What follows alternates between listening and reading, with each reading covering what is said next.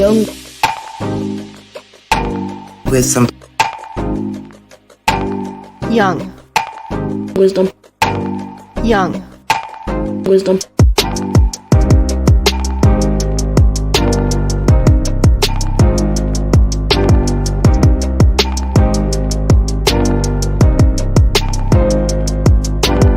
Hello, my name is Michaela, and welcome to our Young Wisdom podcast. This is our 5th episode.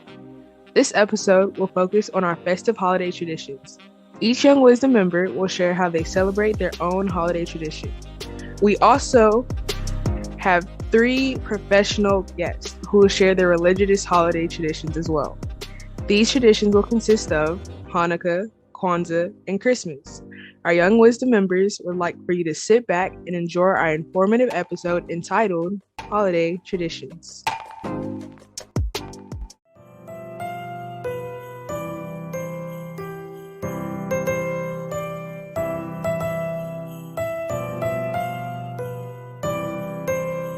My name is Reagan, and the holiday that we celebrate is Christmas. Some traditions we do is we wake up and open presents, then our uncles and aunts come over and we have a big breakfast, then we all take showers here, and normally my uncle gives us a Just Dance each year, and we all dance for like 2 hours, and then we go to my aunt's house and we stay there for 5 hours while we play Uno Flip, cards, and dominoes. Then we go home and we open one present before we go to bed. Hi, my name is Jordan, and my family celebrates Christmas. My favorite holiday tradition or memory is waking up with my little sister on Christmas, wearing matching pajamas, and getting almost identical gifts. I know we look like different ages, but it was fun getting identical gifts for my little sister. I love eating the big morning breakfast and going to my aunt's house and eating her delicious vanilla cake. Merry Christmas And a happy holiday.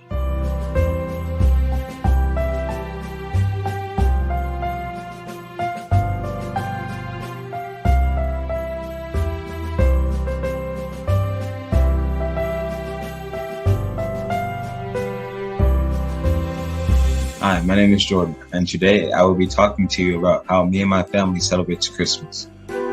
Usually on the 24th, my cousins come over with their games, presents, and their food so we can all have a fun time on the 24th. And on the night of the 24th, we say our prayers. We say our prayers, and then we eat and then go to sleep. On the 25th, or Christmas Day, we wake up, get ourselves ready for the day. We open our presents, eat breakfast. Then after all that, we get ready, we get dressed and get ready to go to our great grandmother's house, which is where all of our family gathers to celebrate Christmas. And that is how me and my family celebrate Christmas.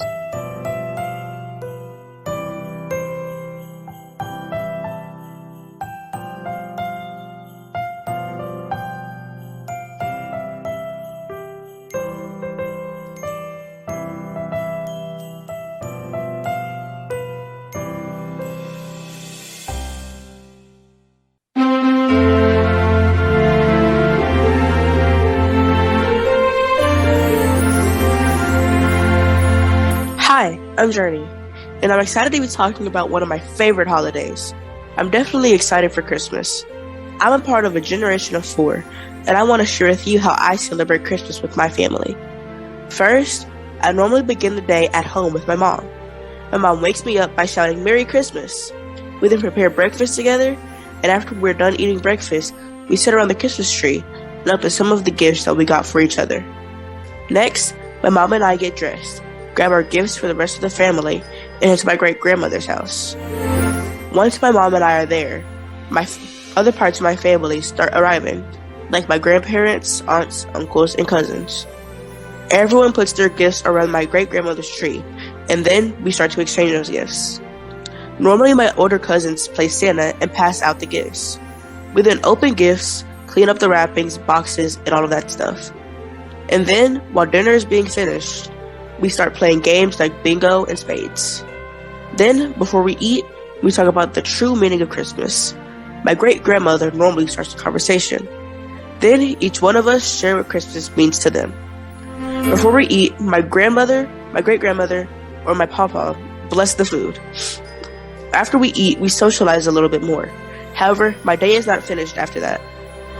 After we're done at my great-grandmother's house, we head to my grandparents' house. We stop by my other relatives to wish them a Merry Christmas and exchange some more gifts. We finally get to my grandparents' house, exchange the last gifts, and eat a light meal. I am proud to be a part of a generation of 4. Even though we have fun passing out gifts, eating, and playing games, we believe in God and understand that Christmas is a celebration of Jesus' birthday. Merry Christmas and Happy Holidays.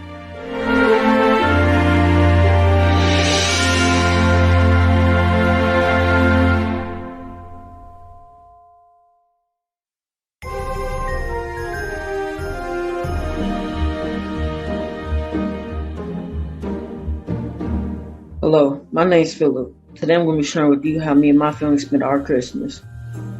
On Christmas Eve, we'll usually start by preparing food and buying supplies for the next day. And then on Christmas, we'll start off by having a brunch with all the family, usually eating fruit, vegetables, whatever we would like for breakfast. Usually my grandmother will make pancakes and we'll all feast on that. And then for a while, we'll chill, we'll talk, and we'll say how a year is gone. And then whenever everybody's gotten from where they came from, we'll finally pray over the food and we'll eat.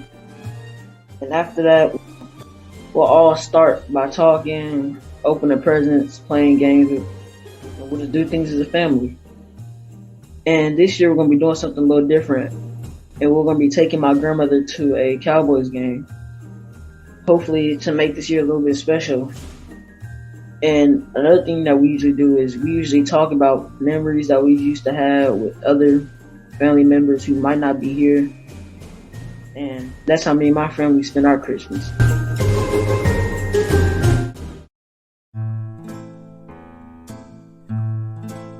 Hello, my name is Philip. And Puck Glass is our guest speaker today, who will share the holiday tradition, Hanukkah. Puck Glass is co-founder of Malcolm Shalanu. Glass is currently finishing their Master's in Divinity at Bright Divinity School. They love planning worship, teachings at all levels, and are passionate about social justice issues.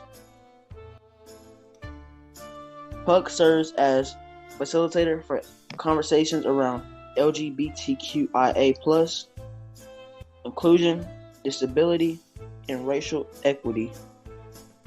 Puck has a background in music and loves to play in both worship and in their spare time. Puck also loves drinking tea, reading books, and playing with their 2 cats. Puck Glass, the Young Wisdom members appreciate you joining our podcast.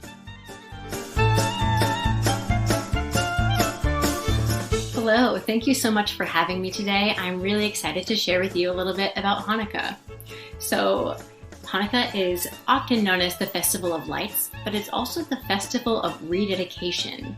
And rededication sounds like a big fancy word, it kind of is. At one point in time, the Jews were in Israel and Jerusalem, and they were living their lives under Egyptian rule. They could celebrate and worship however they liked. They could work however they liked. Until about 175 BCE, when this mean guy, Antiochus Epiphanes, he's the 4th, he came and was like, no, actually Jews can't do whatever they want. And 3 years later, he was like, and that temple of theirs, that's pretty nice, so I think I'm going to take that. And he made it a temple that honored Zeus instead of the Jewish god.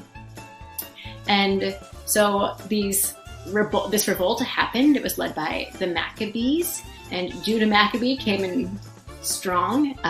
He won against all odds. And in 165 BCE, 3 years after the temple had been declared for Zeus, it was rededicated, hence the festival of rededication, to Adonai, the Hebrew god.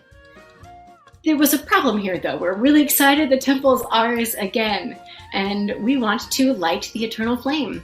But there was only enough oil for one night, and it was going to be several days before more oil could be delivered.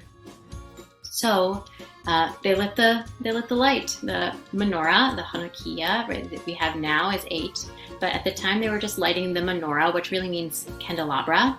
And so they lit that, and the oil lasted 8 days until more oil could be delivered. So that is the miracle of rededicating the temple when we should have only had one night of that light, and it lasted for 8. Today, the holiday is celebrated with lots of oily food because oil is the central part of this holiday. So we eat latkes, which are potato pancakes often mixed with onions or other root vegetables. People's houses usually smell a lot like oil for 8 days. We eat sufganiyot, which is a fancy word for a type of donut. Often these are filled with jelly. So there are a lot of interesting cultural foods that we eat in this time. It is a big family time, but it is also not a major holiday as far as the tradition is concerned. We celebrate it as a major holiday with now generally some kind of gift exchange and things, but it was not always meant to be a festival in the same way that some of our other holidays are. So we can work, we can cook on this holiday, whereas many of our other holidays we cannot. It does last 8 nights, and everyone has a different tradition on what they do for those 8 nights. A lot of people do a big one night and smaller other nights. But there are 3 blessings that are said the first night for the light and the first time of doing that, and then 2 more said each individual nights. And we add 1 light to the Hanukkah, which is the special type of menorah that is used for Hanukkah, until we have 8 full lights, 8 full lights that are lighting up our night. So it is the miracle of light that occurs. We also play games like dreidel, and dreidel in the United States has a nun, gimel, hey, and shin on it. This is a spinning top, and that stands for Nes Gadol Haya Sham. A great miracle happened there. So this was thought to be done maybe in a time where Jews could not openly practice and openly celebrate.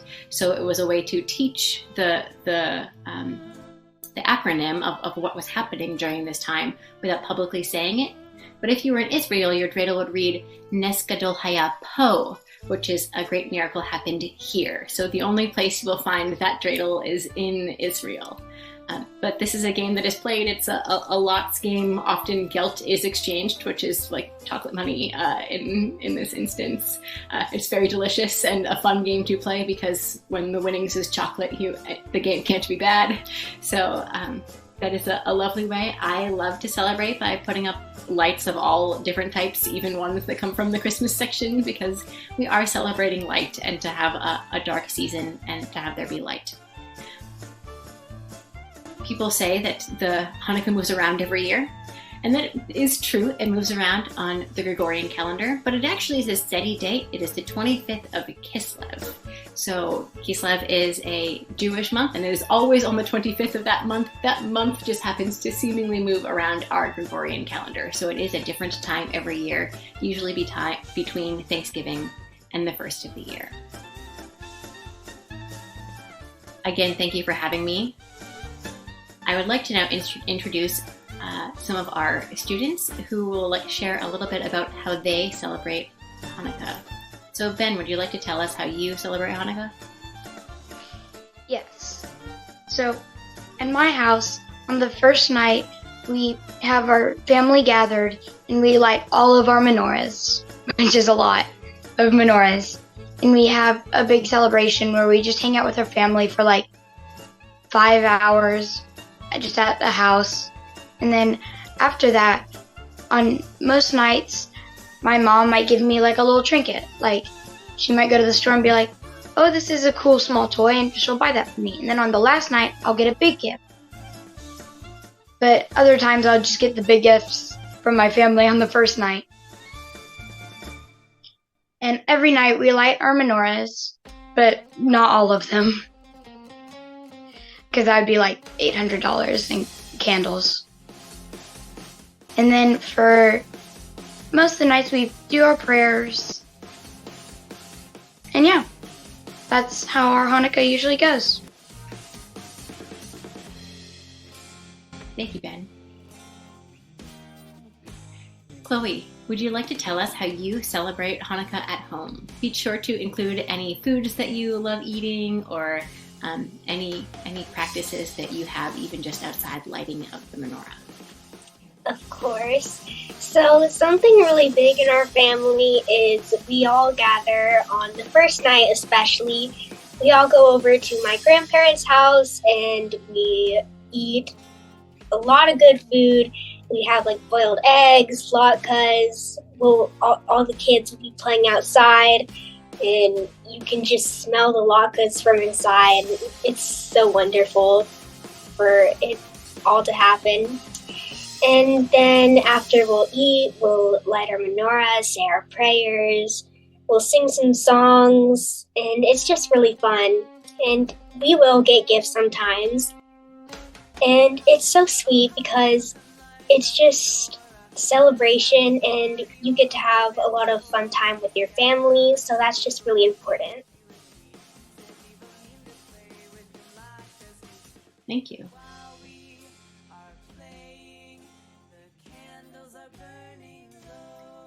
Thank you for both for being here today. Hanukkah is a time where we get to celebrate being Jewish and what it means to overcome. And so I love that my house looks a little bit different than with a menorah in the window than with maybe a Christmas tree or other lights for other holidays that happen in the month of December. But I am proud to be Jewish and glad that I have a holiday that allows me to celebrate that. The candles are burning low. One for each night they shed, a sweet light to remind us of days long ago. One for each night they shed, a sweet light to remind us of days long ago. Hey!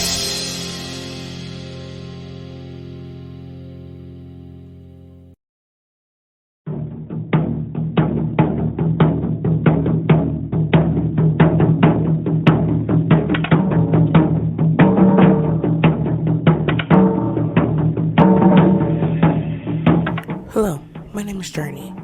Our Young Wisdom guest for our holiday tradition on Kwanzaa is Ricky Clark. Ricky Clark is an educational consultant, author, and the executive director of the Fort Worth Independent School District's My Brother's Keeper program. This program was initiated by our former president, Barack Obama, in 2014. Ricky Clark is a dynamic and influential motivator who uses a unique approach as he works with young men of color. That approach is proven successful through his strategies of Elevate, what is also called STEP. Clark travels throughout the United States designing, implementing, and coordinating programs that aid youth through self-development and cultural education. He has spent the past 30 years working with the youth of today, not only through self-development and cultural education, but he also understands and meets youth exactly where they are in life to guide them onto a higher education. Mr. Clark, we look forward to you sharing your holiday tradition on our Young Wisdom podcast.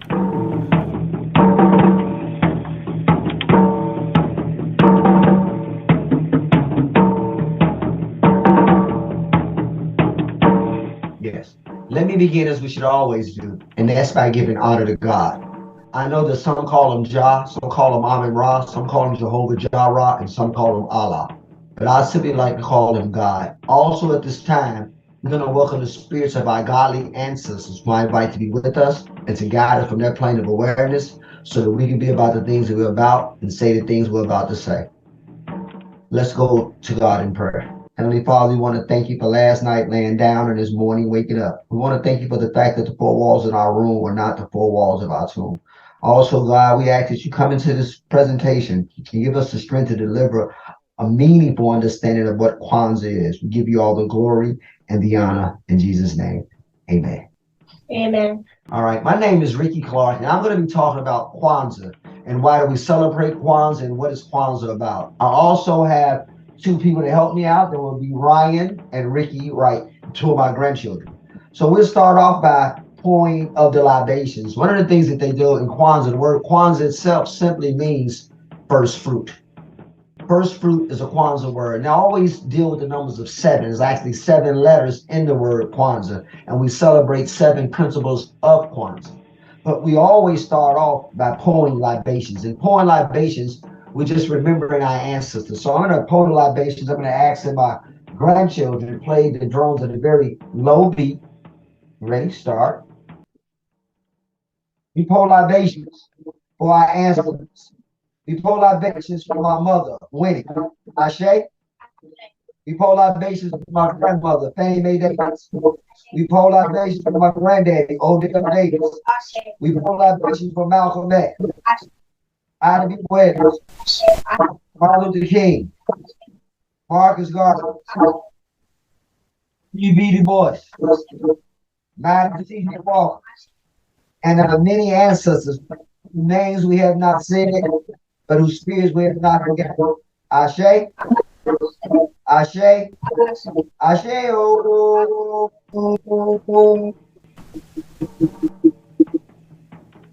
And then one of the things that we do when we pour the libations, after pouring the libations, we go into the lighting of our candles.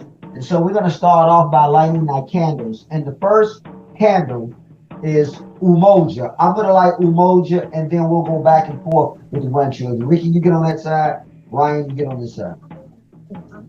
All right, so here we go.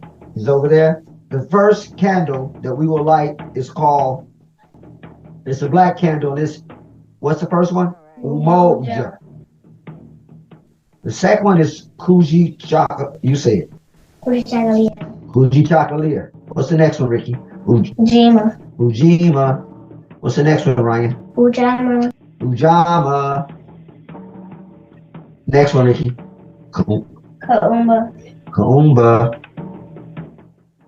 Nia. No, I got like Nia. Say it. Nia. Nia. Ricky. Imani.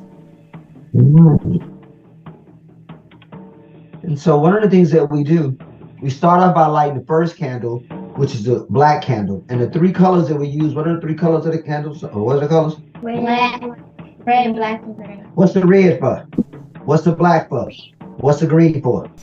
Right. And so the first principle is Umoja. Umoja represents unity in our community. Kuji Chakalia is self-determination. Ujima is collective work and responsibility. Ujama is cooperative economics. Nia is purpose. Kaumba is creativity, and Imani is faith.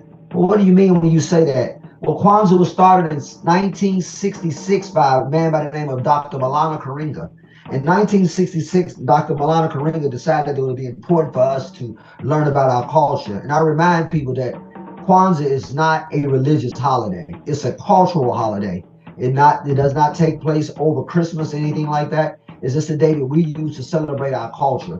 And the way we do it in our household, we celebrate by lighting the candles. The grandkids come over for 7 days and they get a brand new gift every day for 7 days. But in that, we studying our African history. They're learning to play the drums. They're seeing pictures of their ancestors. They're seeing pictures of their great-grandmothers and great-great-grandmothers. And we talk about that. Today, my granddaughter talked a little bit about her reading the book 1619. And then Ricky came over. He talked a little about being creative and what he shared with his doctor when he went to go have his physical. And he talked about how Imhotep invented the stethoscope. And so we do this every year. We've been doing it for over 10 years. They're only 8 years old. Have your granddaddy ever had the Christmas tree up in his house? No. Well, do we celebrate Kwanzaa every year? Yes. Every year. And so do y'all, well, he has on one of his dashikis right now. So I give him African attire, again, picture frames of their grandmothers, things like that. And then on the last day, we go over to the Doc Bookshop, and that's the Kaumba. And we go in there, we have a big celebration. We have the foods and things like that. So I just wanted to share with you some of the principles of Kwanzaa. Oh, you also will see a Sankofa bird. The Sankofa bird is an iconic bird that means the first step forward. You see my granddaughter move her foot immediately. Put your left foot forward to stomp out evil and protect the heart. It's a bird that's flying this way, but he's looking back with an egg in his mouth. And then we'll have the drums. They have like 7 things that they normally do, like a cup of unity. They'll have a mat. They'll have some fruit. They'll have all those things represent parts of Kwanzaa. It's like 7. I didn't bring them all in here because I didn't know it was going to be this much going on. So what I'm going to do now is I'm going to move these things back, and then I'm going to share with you some of the things that we do with Kwanzaa, and then allow my grandchildren to share with you how important it has been for them. All right. Thank you all for being here. I just want to now just demonstrate some of the impact it has had on studying, celebrating Kwanzaa here in my household. My grandson and granddaughter, they both like 8 years old. They been coming back. Ricky, how long have you been studying African history with your granddaddy? Since I was born. What about you, Ryan? 3 or 4. She says 3 or 4.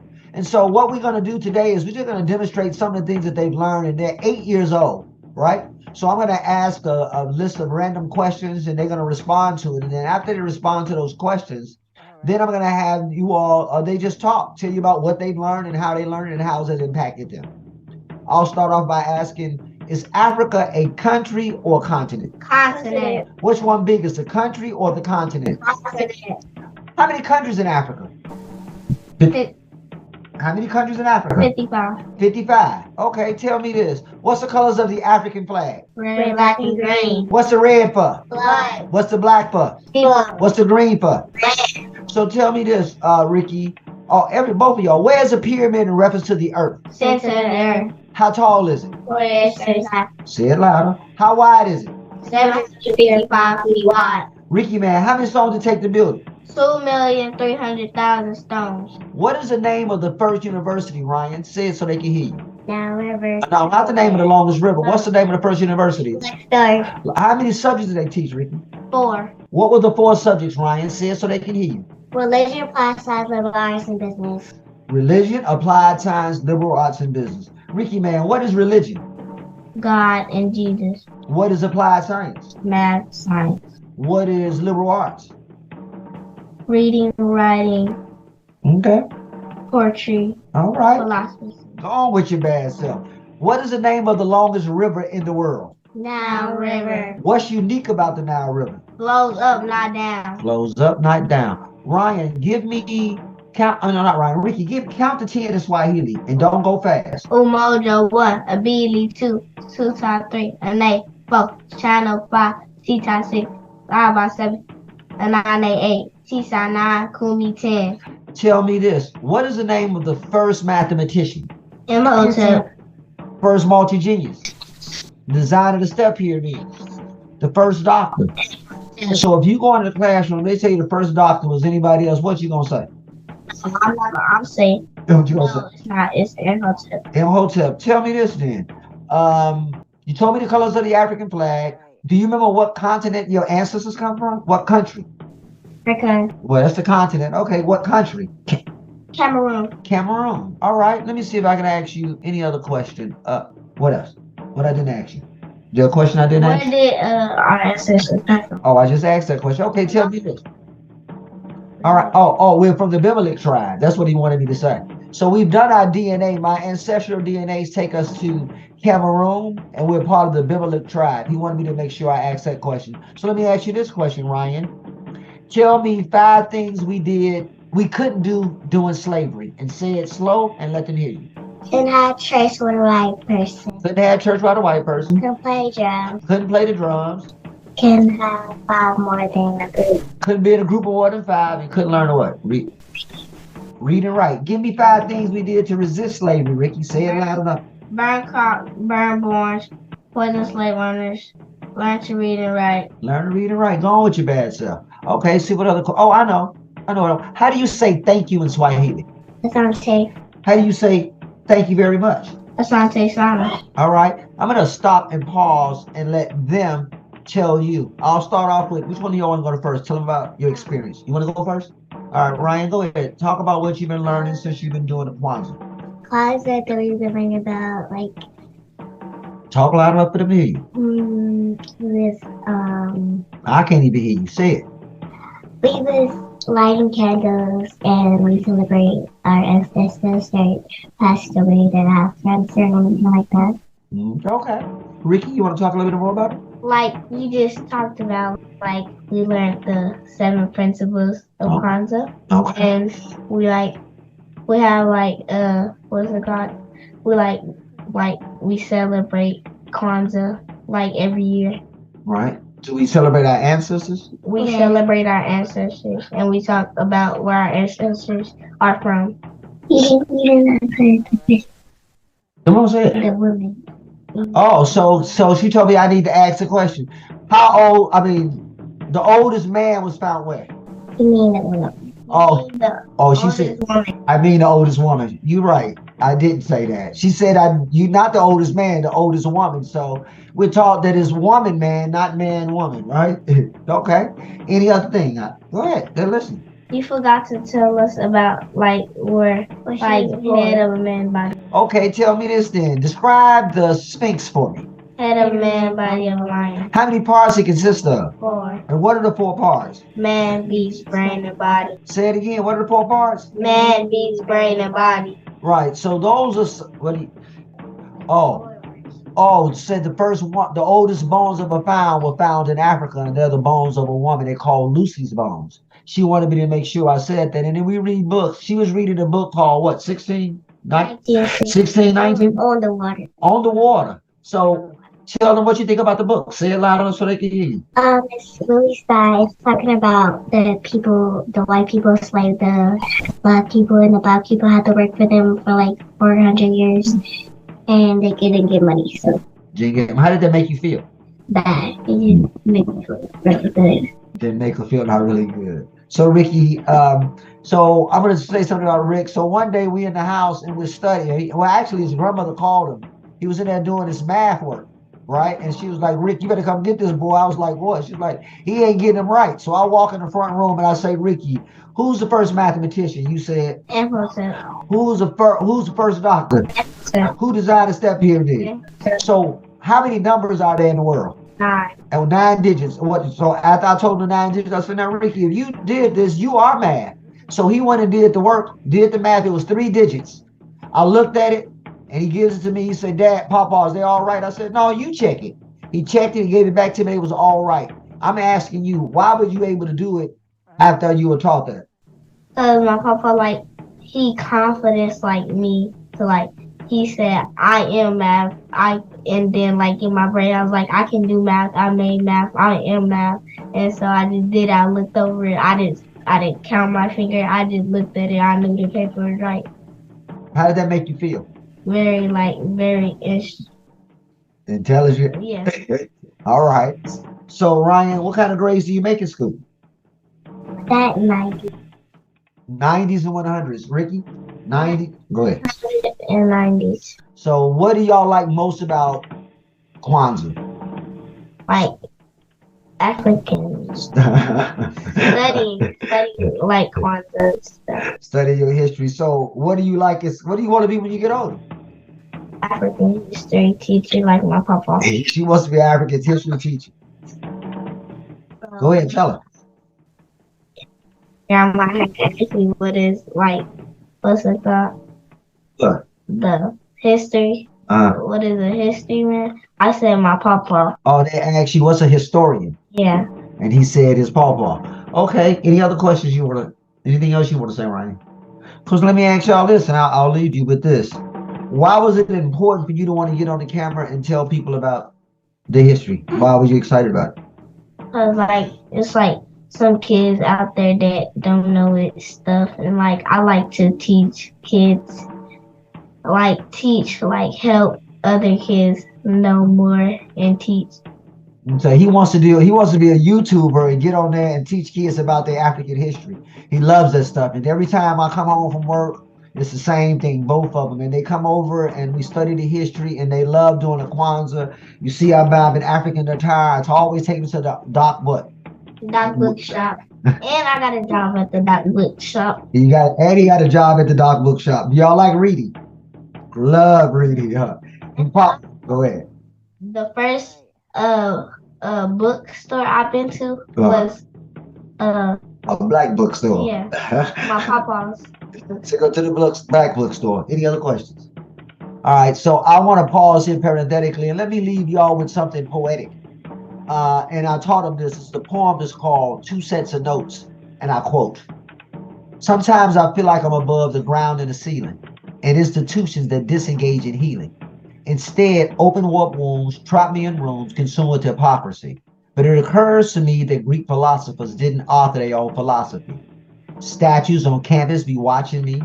Washington, Jefferson, Williams clocking me to say, Negro, your time is up.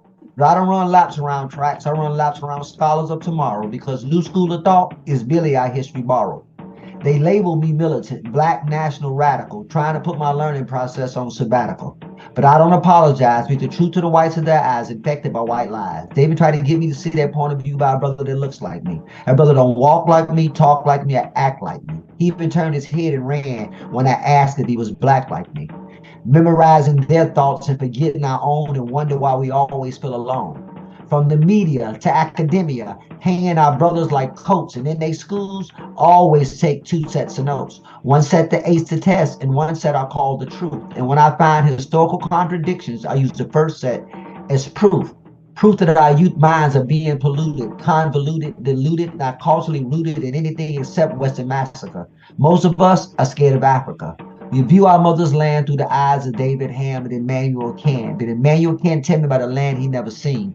A land rich with history, beautiful kings and queens. But I'll have you to believe otherwise. The history is built off high-rise lies. The pyramids were complete before Rome or Greece were conceptualized. And then they'll say that the Egyptian race was a mystery. You tell them, read, he wrote this book too. It's their history. It can't get any clearer. Young people, look in the mirror. We are the reflection of divinity. Don't be fooled by selective memory. Walk high and listen to the elders who spoke. Young people always take 2 sets of notes. That's MK Asante. Thank you. I hope you've learned something. If there's anything more that we can do, we just want to say thank you again in Swahili. How you say thank you in Swahili? Asante. How you say thank you very much? Asante sana. Thank you.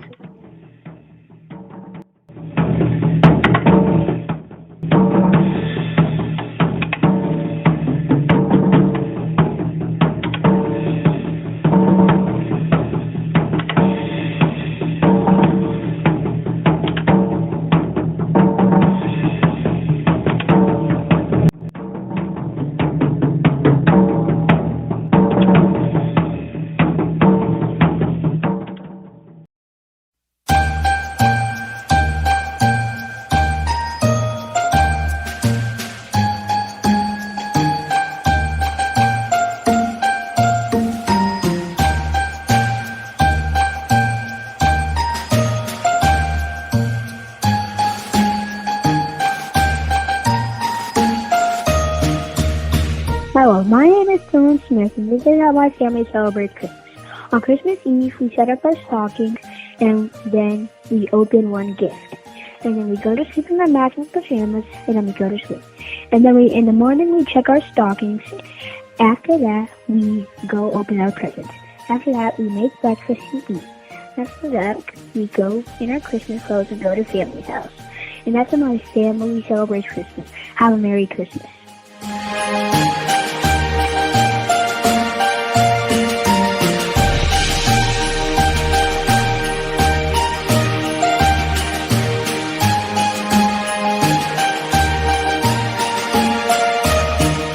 Hello, my name is Darylyn. The holiday that my family and I usually celebrate is Christmas. We start on Christmas Eve by finishing preparing all of our meals, and then we wake up in the middle of the night only to open gifts. Waking up again, we prepare to go to church, and then coming back home, we usually have all of our food, and then our family gathers around and laughs and sits with each other for hours and hours, and we all enjoy each other's company. Happy holidays, and we hope that you enjoy.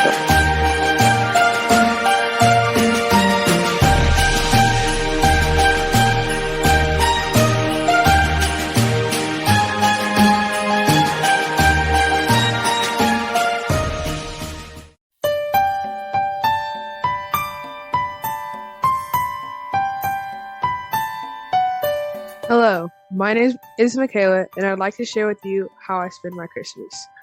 My family's Christmas usually starts on Christmas Eve. We start by making our dinner. It's usually my grandmother, my mother, and I. We make our main dishes and our side dishes, and we typically make desserts the day of. On Christmas morning, the kids usually wake up first, and then we wake up the adults. We gather upstairs and talk a little before opening our gifts. After talking for a bit and opening gifts, we go downstairs and make dessert. Hours later, my family comes and we eat dinner. We play games and enjoy each other's company. After my family leaves, we clean up and wind down. Thank you for listening to How I Spend My Christmas. Happy holidays.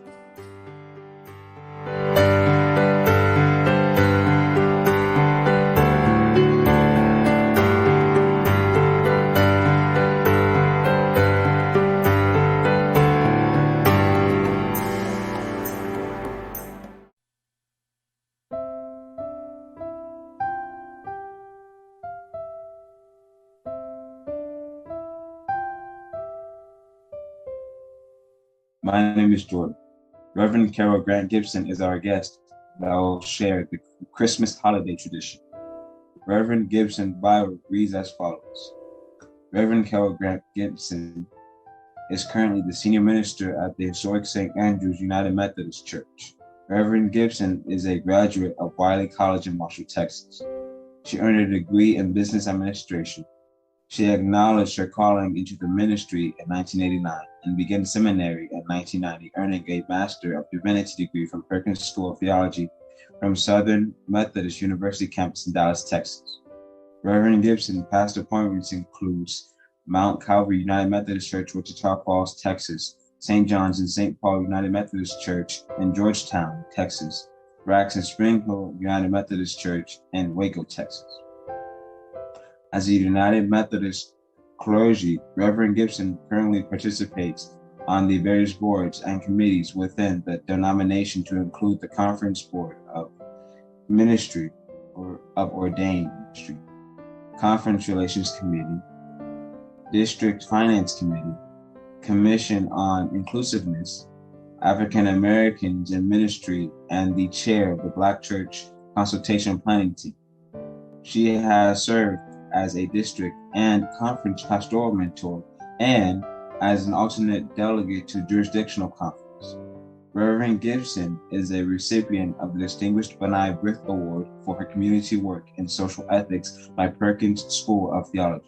Reverend Gibson is the proud mother of 3 children and grandmother to 3 girls and 2 boys. Reverend Gibson, Young Wisdom thanks you for agreeing to be our guest.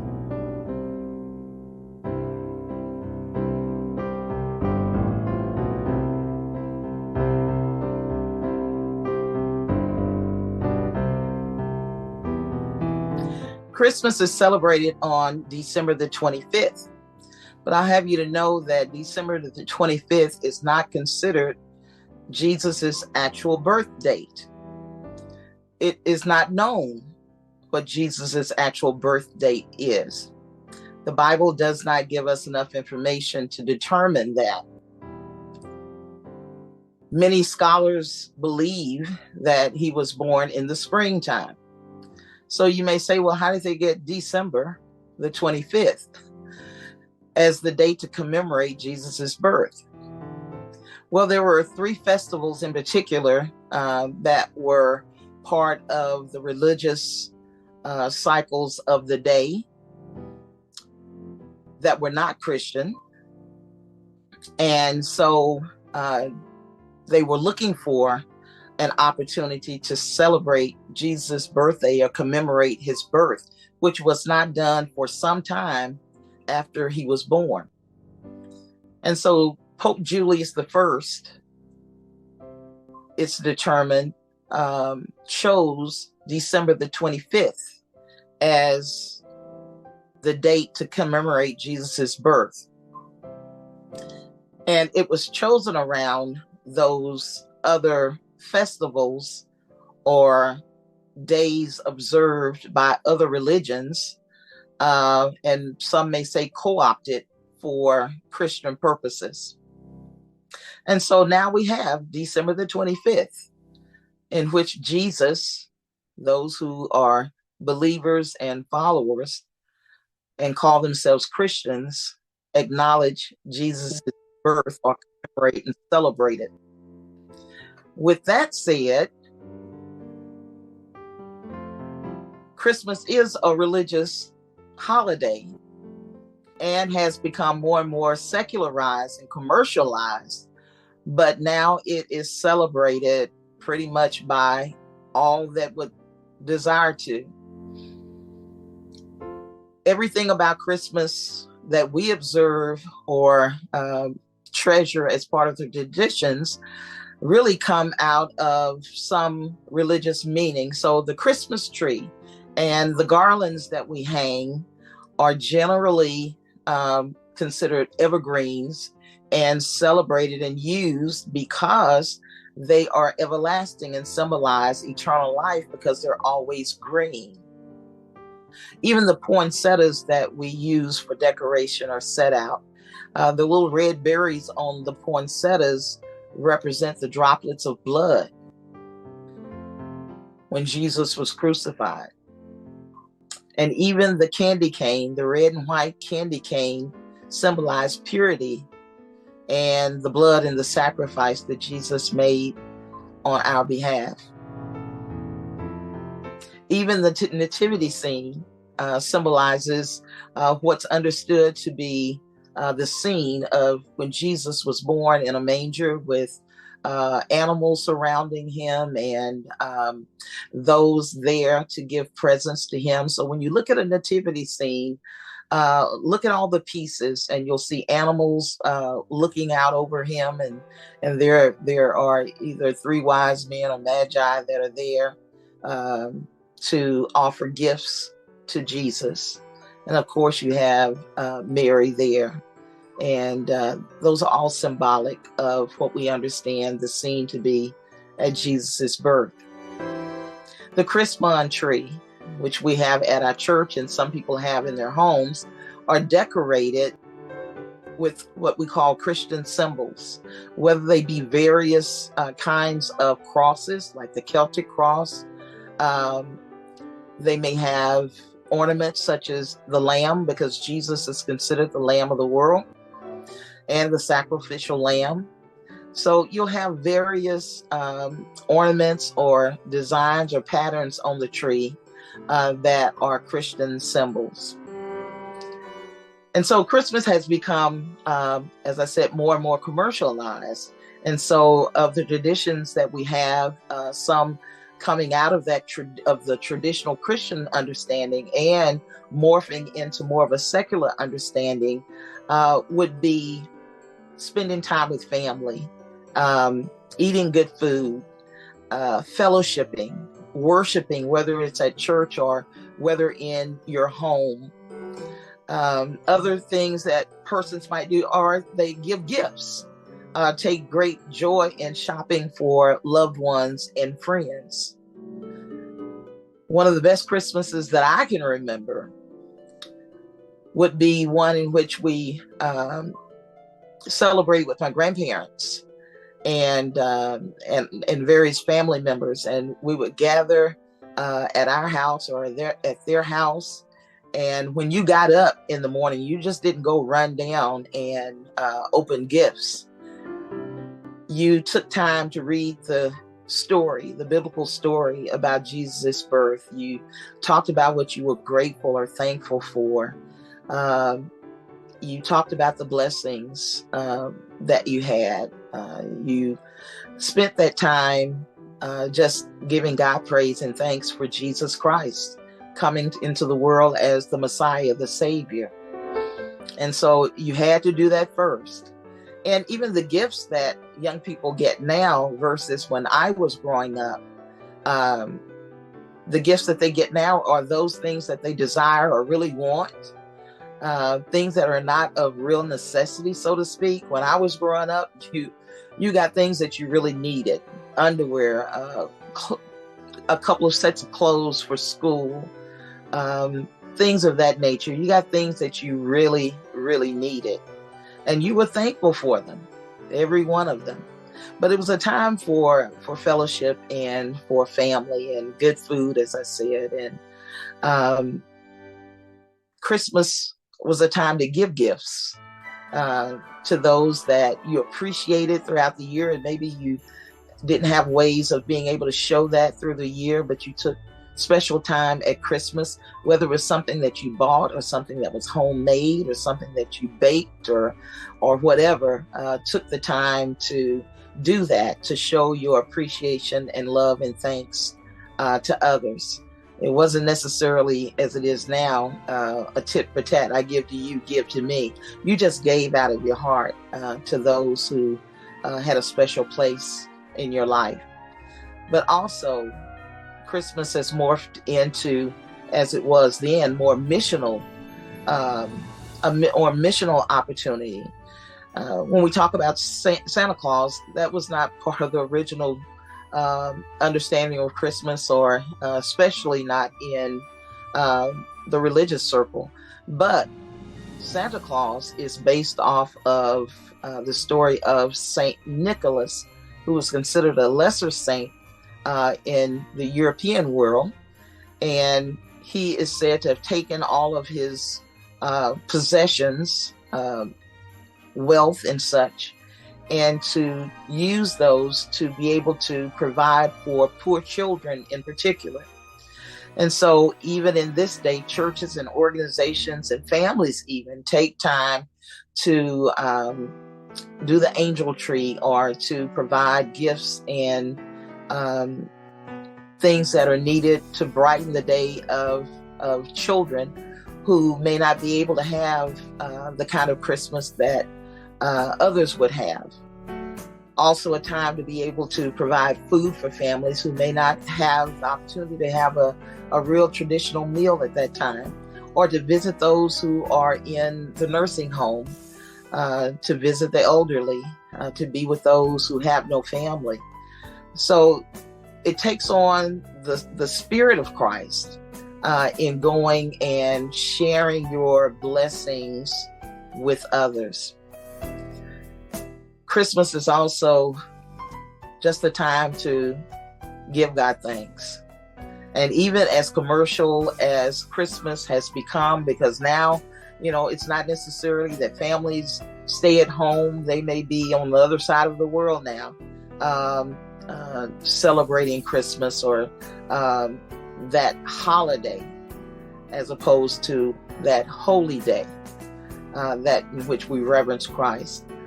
So Christmas has taken on and continues to morph more and more into what contemporary families are about.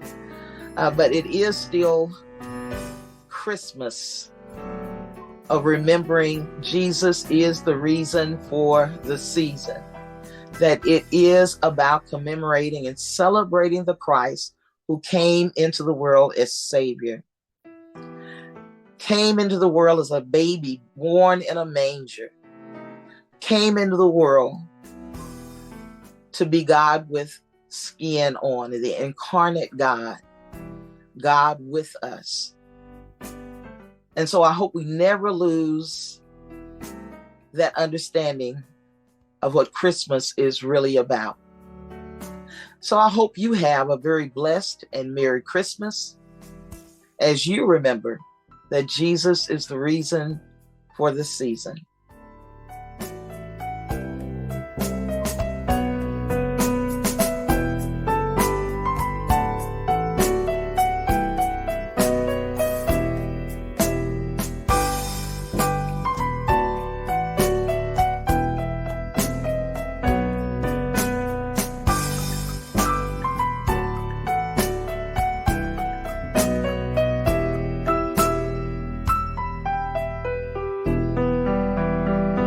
I would like to thank the panelists and Young Wisdom members for participating. While December announces winter holidays such as Christmas, Hanukkah, Kwanzaa, and more, it's also a perfect time for our families to gather in the warmth of our home as our thoughts turn to charity and peace. The seasonal changes also give us an opportunity to reflect on the past as we look into our future. Whichever holiday you celebrate, we wish you peace, joy, and blessings for you and your family. Thank you for listening to our December Traditions podcast episode. We wish you a Merry Christmas. We wish you a Merry Christmas. We wish you a Merry Christmas and a Happy New Year. The tidings